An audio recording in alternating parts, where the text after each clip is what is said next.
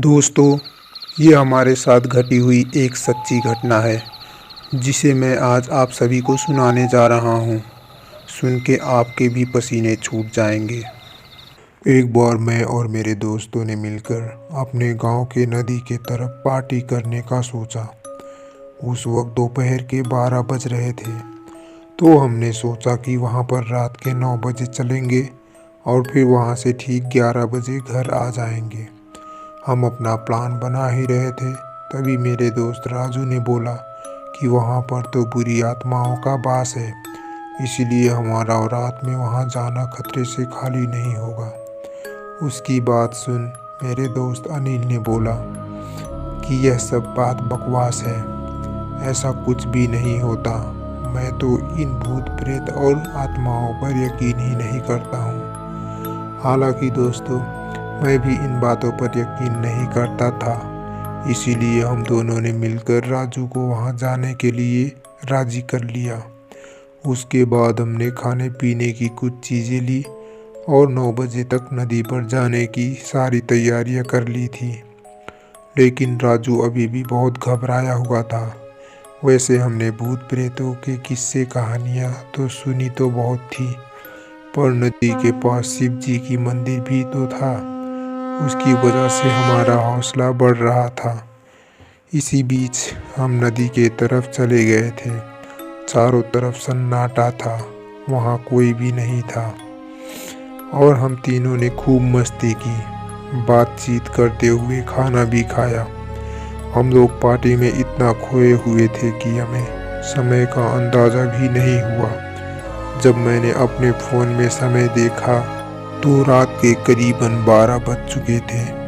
तब मैंने अपने दोस्तों से कहा कि भाई, अब हमें घर चलना चाहिए, हमें काफ़ी देर हो चुकी है, चलो अब यहाँ से चलते हैं। लेकिन तभी अनिल ने कहा, थोड़ी देर रुको, ज़रा मैं टॉयलेट करके आता हूँ। तब हमने उससे कहा कि ठीक है, तू जा, हम यहीं तेरा इंतज़ार करेंगे।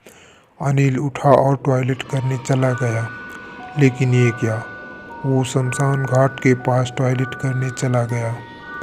वैसे हमने उसे बोला हुआ था कि ज़्यादा दूर मत जाना, लेकिन वो वहाँ चला गया।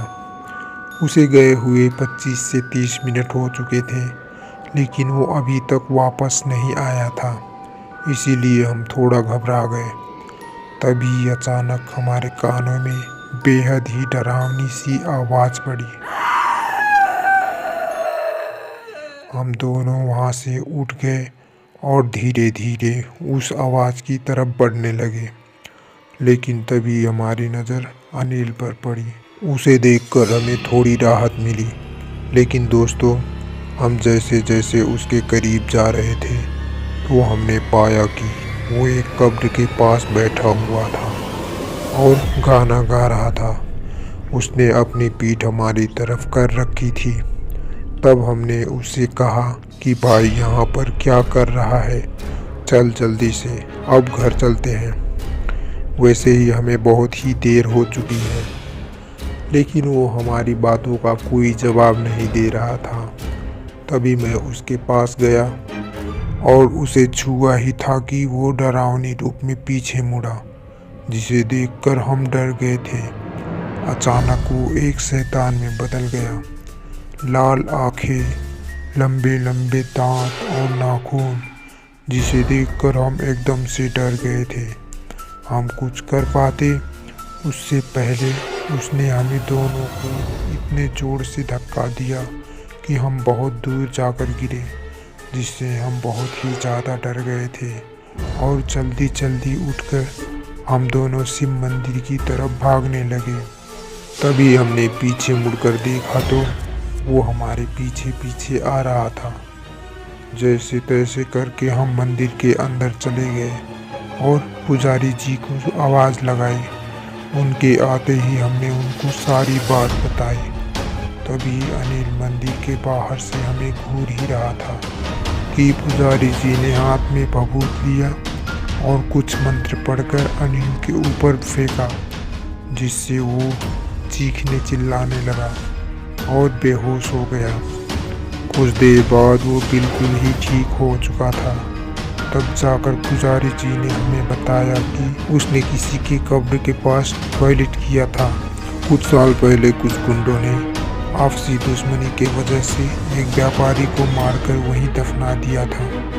तब से उसकी आत्मा वहीं पर भटक रही है और यहाँ आने वालों को सताती रहती है।